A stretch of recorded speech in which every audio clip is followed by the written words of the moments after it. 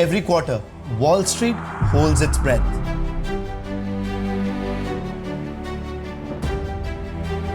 Investors, analysts, and CEOs alike are glued to earnings calls, waiting for the numbers.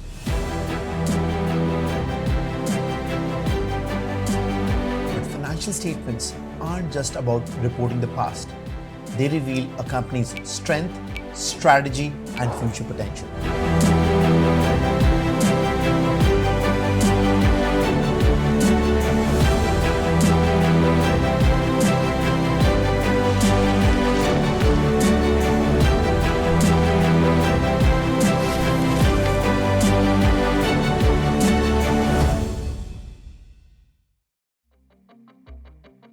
Warren Buffett doesn't invest in stock prices.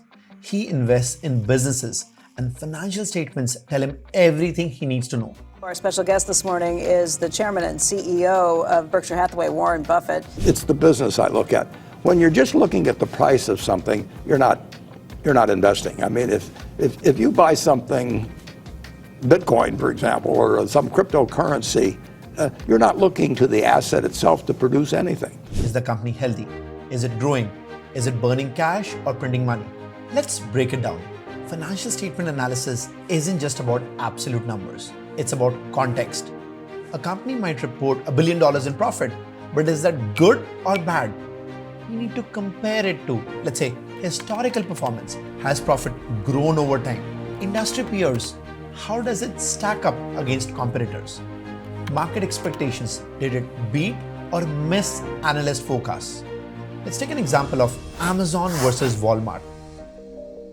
Now, Amazon operates on razor-thin margins, reinvesting heavily into technology and logistics. Walmart, on the other hand, thrives on efficiency and scale, maintaining steady margins.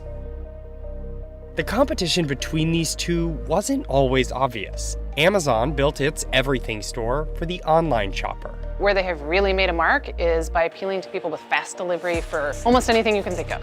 Walmart designed its supercenters for the in-person experience, putting stores near American homes and promising them everyday low prices. Walmart, always low prices. Always. A majority of retail sales still happen offline, but as online sales have grown each year, so too has this head-to-head competition. The American consumer is really fickle. You can't just get people these days by offering the lowest prices. You have to offer them the lowest prices and a whole range of other products and services. And I think the biggest players are trying to do them all. Their financial statements reflect two completely different growth strategies. Wall Street lives and dies by financial ratios.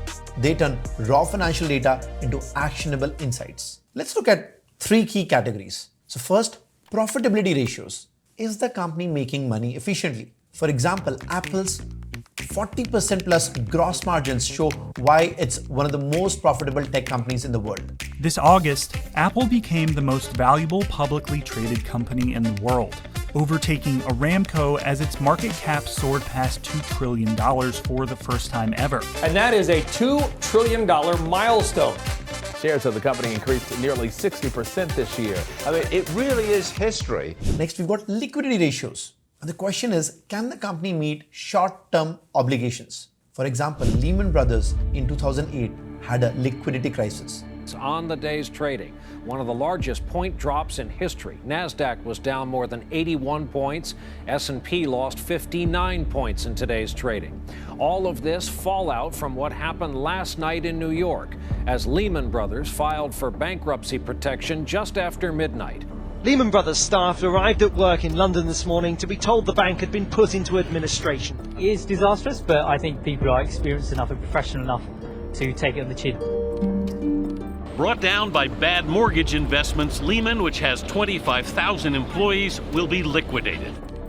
They were over-leveraged, and when confidence collapsed, they had no cash to cover their debts. The third is capital structure ratios. How risky is the company's financing? For example, early on, Tesla relied on debt financing, issued convertible bonds to build those gigafactories, invest in R&D, and build those electric cars.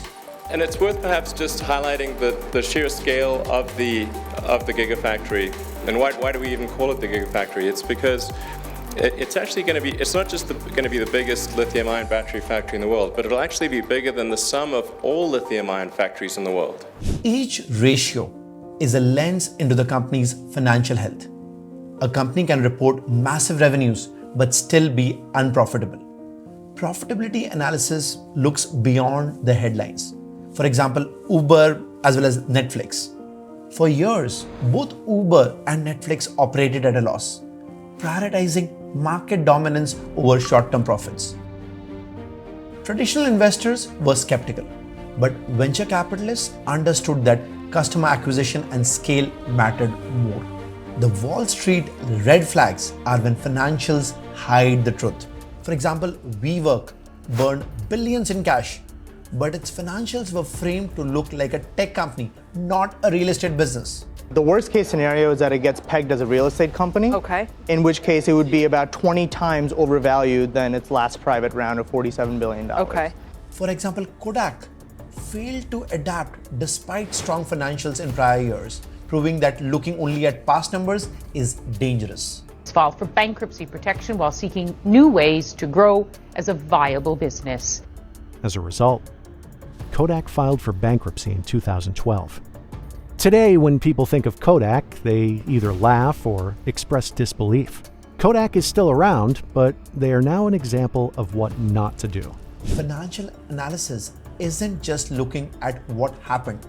It's about predicting what will happen next. CMAs are trained not just to read financial statements, but to make decisions based on them. Should a company expand or cut costs?